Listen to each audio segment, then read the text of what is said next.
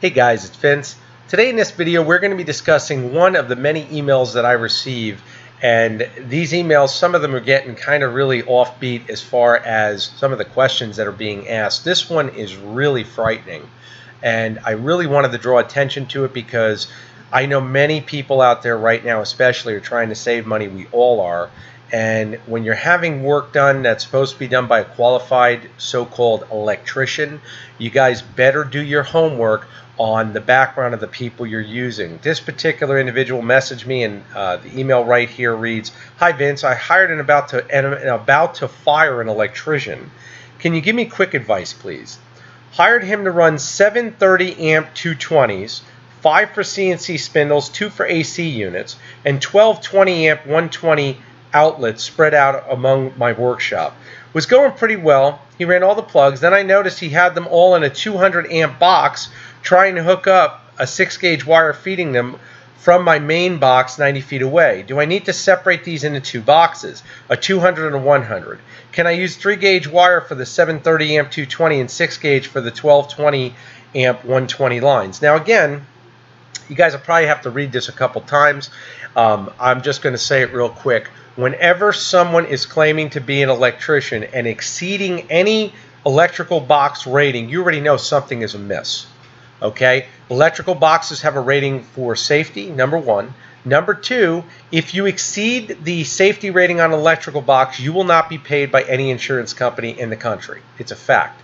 And that's pending you're still alive, because if something, God forbid, happens, you could kill yourself, your family, your dogs, and keep going on and on with that. So really, we need to be really, really careful with who we're hiring. As I probed a little more with Max here, I found out that this electrician he tried to hire, and this is his own words, on the cheap. When you use that term with me, that's usually what you're getting is somebody who may be a handyman, aka okay with electrical work, and that's what you're getting when you're hiring these type of people. Now, if he is an actual electrician, he should be pulling the actual codes related to that specific area.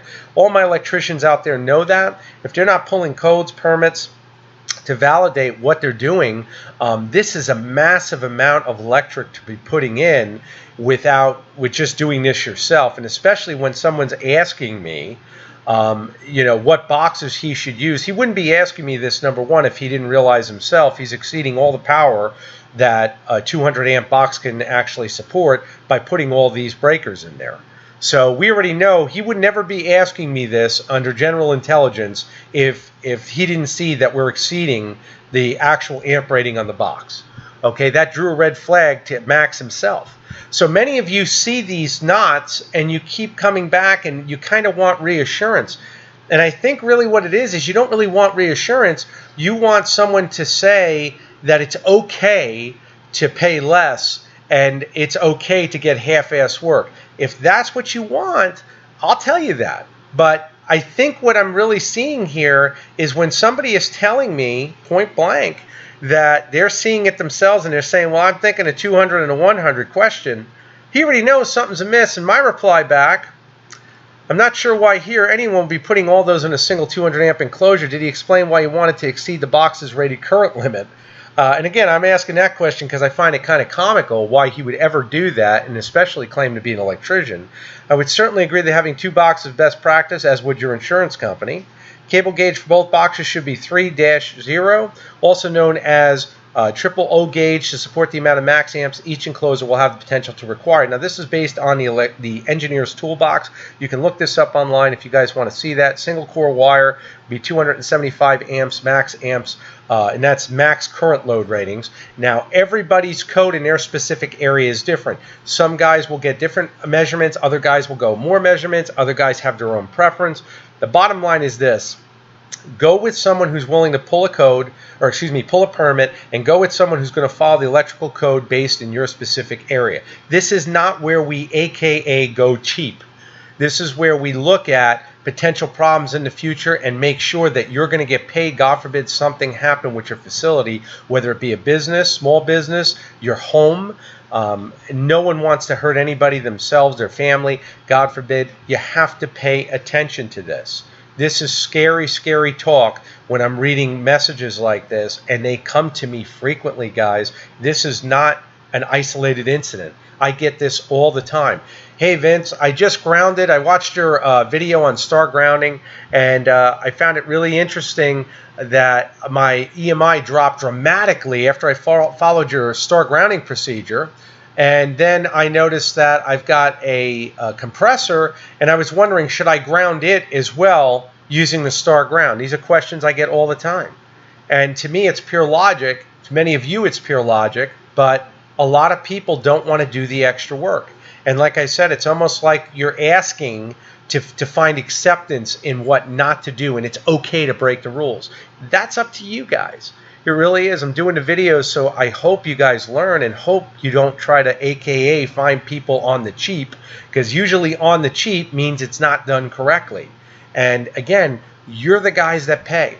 This guy wiring this system, had he gone with it, and I don't know if he did, I didn't really hear back from Max, but had he gone with it, and there would have been an issue with that system, do you think that that electrician would have been held accountable? It would have never happened. He would have had to take him to court. It would have been a big, messy situation. Is he a real electrician? I don't even know. Many of you don't know. You're going on Craigslist. You're finding people. Do yourself a favor. Do your research. Do your due diligence. Take no chances. This is very, very serious what you guys are playing with. And I'm telling you right now, doing things on the cheap is good if you've done your research and you've got a good deal for qualified people. If you're dealing with unqualified people, you're going to get unqualified results. And you have to take accountability for that. And believe you me, the insurance company will be making sure you do, pending there's an issue. Okay? I mean, many of you, if somebody got hurt, would not want to be responsible for something like that, to find out a fire marshal comes in and tells you it's all because of, you know, whoever this person was wired this incorrectly. You know, thank God he was smart enough to realize that this number right here was being exceeded, and to him it even drew a red flag, which I find interesting, because when people are telling me they're hiring people and then they're drawing the red flags themselves, and they're seeing that the issue is actually coming up where they're wondering, hey, is this right? Is this wrong? Like I said, you wouldn't ask these questions if you knew it was right in your heart. You know it's not right. Find out why anybody would be doing that. Number one, to claim an electrician. And he's absolutely right. He should be firing him immediately. I mean, if this guy is a real electrician, which I don't believe, he should be firing him immediately. But then, like I said, when it came out longer in the message string that basically he was trying to do it on the cheap, and that's when, you know, we started digging deeper down, we found out that's what was going on. And you can see here, it's like, I mean, just these arbitrary numbers, 6-gauge wire feeding them from my main box 90 feet away. If we were to ask this electrician, so-called electrician, this, where would he come up with these ratings? You know, is this just stuff he's done in the past and gotten away with and hasn't had any problems? Does he understand that Max is using this for basically a commercial grade environment where he's actually going to be running 5 for CNC spindles? I mean, obviously this is not a guy who's doing this as a hobby. I mean, and if he is, that's one hell of a hobby, and I think his wife would agree. So again, don't let anybody test your intelligence. If it doesn't feel right, get a second opinion. If the second opinion doesn't feel right, get a third opinion. You guys are going to see excerpts in this video, and I'm going to jump to them shortly. And again, these videos are all over the place of these guys claiming to be AKA experts. Beware, because I'm telling you now, anybody claiming to be an expert, and you'll see in this video other things that are being done, and you'll know right away. My electrical guys out there, they know right away. There are red flags being posted all over the place. You've got to be careful. And again, I do the videos to spot the knot. Many of you spot the knot. We already spotted the knot here together. And again, showing you guys the emails that I deal with makes you understand. This is why I always feel being transparent and trying to make you guys go on the right path. Because the bottom line is this. I look at it this way. I have nothing to hide. This information's everywhere. You guys should be well aware of what you're getting involved with. But many of you are once again trying to save money to get the system you want. Do that, but be smart enough to always think about what you're actually saving to. Because a lot of guys never factor in the safety factor, or the double investment factor is what I like to call it, where they forget You do this wrong. If this guy would have did this wrong, and again, I don't know the outcome of what happened here, but let's say he went through with this, to pay to have it done again is ridiculous. And I see guys do that all the time. I never will understand that. You know, I'll say, hey, you know what, let's have a consultation. The guys, they'll message me. No, they don't want to have a consultation, but they'll pay to have things done 3 times. I don't see the logic in that. Do it right the first time, and you can't go wrong. I even try to do it now to where my consultations, I give you back 30% of the investment you make on the consultation towards anything you buy from me. That I do because then it's fair to both your time and mine. And this way, you can be the judge of what you've taken that knowledge from me on and go and test it yourself. You can do all of that before buying anything. I'm not trying to screw anybody. I want you guys to know the truth. And the bottom line is, when we see things like this happening, and I'm seeing it time and time again, and you see it in this video as we go on, it's pretty scary to think this stuff is happening, and we haven't really read anything, or at least in my area, I haven't read anything on anybody actually encountering someone falsifying being an electrician. But again, if we know a friend of a friend, so to speak, we know this happens all the time.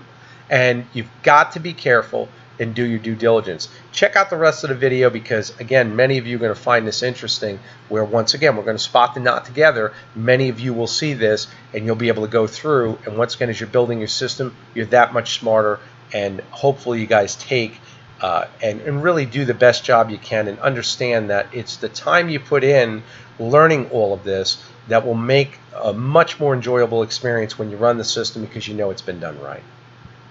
Coil. Additionally, I will power the driver with a completely separate 48-volt power supply for the signal wire. Okay, you guys spot the knot right there. We've got 2 individual leads that were not tinned being inserted into one terminal in a terminal block. Now, of course, these terminal blocks, they all are designed for single leads only. You are not to insert multiple leads inside these terminal blocks. This coincides with this video once again discussing how many spot the knots we can find, because I'm telling you right now, as we let this go on, we're going to see some more. Watch this.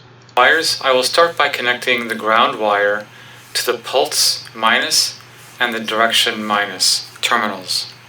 The white wire that is connected to the XD on the...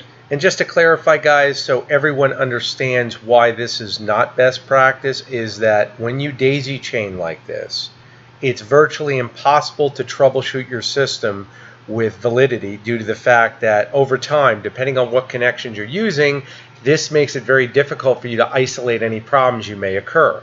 The other factor is that the why always comes up as to why do guys do this? This particular individual, I know for a fact, sells systems, and looking at this is really scary in the fact that it's all done primarily to save time. It reduces his labor by at least tenfold by installing star power to the actual drive or star splitters to whatever signals he's trying to split, and that's why they do work like this. It's not done correctly for that reason only. And really, I mean, if he actually took the time to do it, it's a shame, because this particular individual, like so many others, they may be knowledgeable in one area, but they just do not have the wiring skills. And again, it's not me saying this. We can look up online anywhere you'd like, and you'll look up a cross-reference to see for yourself what's actually out there available for you in documentation that reflects this is not best practice. Let's move on. Controller will be connected to the DIR plus terminal on the driver. The red wire that is connected... Again, we can see all leads, once again, are not tinned and do not have rules installed. So again, over time, these leads, they will easily fray. They will easily become, all the conductors can become unwound, especially if you have to service the drive. These are things to pay close attention to. Take your time and do it right. To the XP on the controller will be connected to the pull plus terminal on the driver. Now I will connect the stepper motor. Now we're going to pay very close attention here. the screwdriver he's using, you can see the size of it. You can see the lead that's inserted into the terminal block. And I tell you guys all the time, pay very close attention, because you want to tighten a terminal block with very light tension. It should make contact, and that's basically it. I would say probably 15 inches of torque, if you actually wanted to measure that with a torque screwdriver, is fine. Exceeding that is ridiculous. And when I say ridiculous, you're asking for a failure. Now, stating this is a little different than actually seeing this. You can see here the side of the terminal block, and you'll get to see when he goes to tighten this, what exactly happens when you apply too much torque. And I want you guys to pay very close attention to this, because again, if you were buying this system and if you were getting this, these are the things you may not know. And once again, that's why I'm doing these videos, to point out all of these little details add up to one real cluster screw, and that's putting it mildly, when you amplify that over how many drives you're having installed and how many devices you're having installed and components to support your system. So again, watch this as we go through it. Coil wires to the A and B Watch carefully terminals this of the side. driver. There it goes. I will start with watch, the red look motor at it, wire and to the actually, B when he minus moves his terminal. finger, you can see right here there's a bulge. You can see the separation in the terminal block. When he moves his hand away, you can see this is totally done incorrectly. Now, I'll have guys that'll say, well, you're being technical. Well, am I? Because I'll tell you what, if I'm paying thousands of dollars for a system, I'm expecting that that person's competent knowledge is equivalent, far exceeding that of the average person. And when I see something like that done, and you can see a bulge in the side of the plastic, we know something is done incorrectly.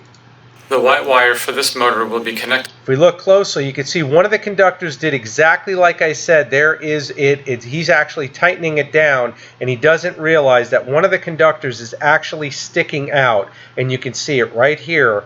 Once again, if we look at that, this is why I'm telling you guys, rushing and doing things in a half-ass format is going to lead to system issues. To the B plus terminal. You can see it right there. That lead is sticking out, and once again, that is a definitive no-no. If an insurance company ever came and saw your system, and again, I'm always speaking from a commercial level, if an insurance company inspector comes and sees anything like this, you guys are going to have severe issues, because we do not know what signal or voltage is coming through this cable that can make conduction with a dead short on the lead to the right, which would be the red lead. And of course, these are step and direction signals, so again, very low voltage, but the premise is the same regardless of what we're wiring. We can see right here that this is a complete no-go. We see daisy chaining being done. We see that these are actual power leads that are actually coming from the AC side to power his power supplies. Once again, none of these leads are tinned. There is basically nothing making these conductors join as one, and he's deciding to insert multiple leads inside each of these terminals on your power supply. Now, many of you already have familiarity with these power supplies. Again, my terminals on my power supply is very similar. Most power supplies in the switching format are very similar. All of these terminals are designed for one lead only input. When you see this being done, and I'll play the video and let you guys see it, you'll know right away this is absolutely an unsafe practice. Wires to the power supply. As noted in part 1. And again, black lead, if you notice correctly right there, you can see some of it is actually sticking out, which is the hot line from the AC outlet. Series. Make sure to set the power supply to either 115 volts or 230 volts on the side of the power supply prior to turning the power supply on. There we go. You can see he had other conductors sticking out once again as he's trying to insert them in this, and that should be right there a heads up that you're doing something incorrect. However, the individual continues to keep doing it. This is the power supply that I connected in part 1. There you go. I will use these same terminals to connect to the next power supply. Yeah. When you are connecting wires of a high voltage source, it is recommended to seek the guidance of a professional electrician. Now, I have to say, I always find these videos the most humorous when I hear things like that, these disclosures that these individuals decide to make present wherever they feel that, they may be held liable for what they're showing. This is terrifying what we're seeing being done here. You can see the actual conductors. Once again, they're just bare copper. There's nothing that's been done to prep these with a connector or going with tinning to once again formulate a solid conductor. And he is going to proceed to do daisy chaining, where again, many of you experience this when you actually purchase your system. You'll find that many of them actually have multiple power supplies in them, and once again, that is not best practice. Best practice is that whoever is engineering the system, they should always try to mitigate as much excess power as required, because all you're doing is mitigating EMI, and the easiest way to do that is just use a large enough power supply with the required amps to support the system you're building, and you only use one. So there's no reason to use multiple power supplies. There's absolutely nothing to be gained by that other than more cost in labor, more cost in time.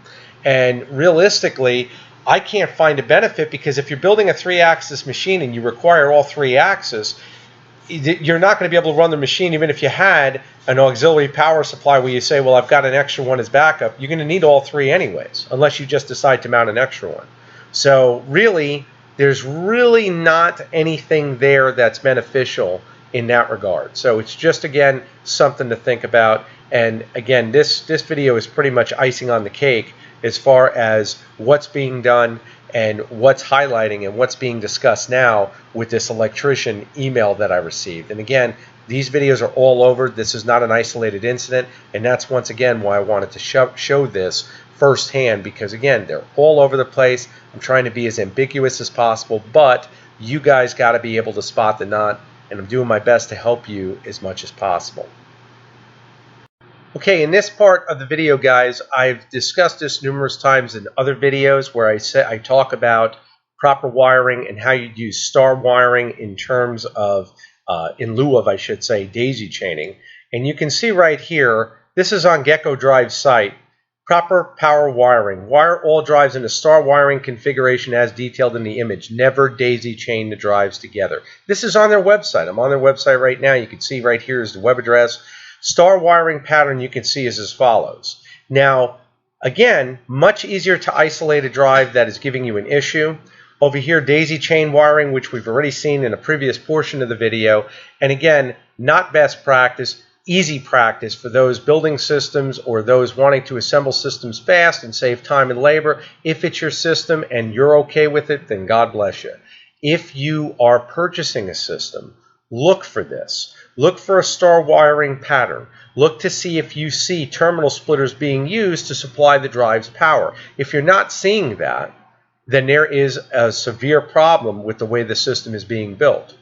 And I'm telling you right now, it's an exponential problem. When you see one drive in a system wired this way, and then you see the second and the third, and it goes on and on and on, all we keep doing is amplifying that problem. And you can see right here, that's exactly what's being done. It's just one drive after another drive after another drive, and they just keep wiring it. And 99.9% of the systems I've seen that are built this way, this is tip of the iceberg in the problems that they've actually developed into them, so to speak. They engineer these type of problems in, like I said, mainly to save time on whoever is fabricating the system. Time to them is money. They're trying to get as many units out as possible, and that's typically what the issue is. They don't have the support infrastructure to build the drive or build the controllers correctly the way that the manufacturers would expect. Pay close attention to what we're looking at here with the drives.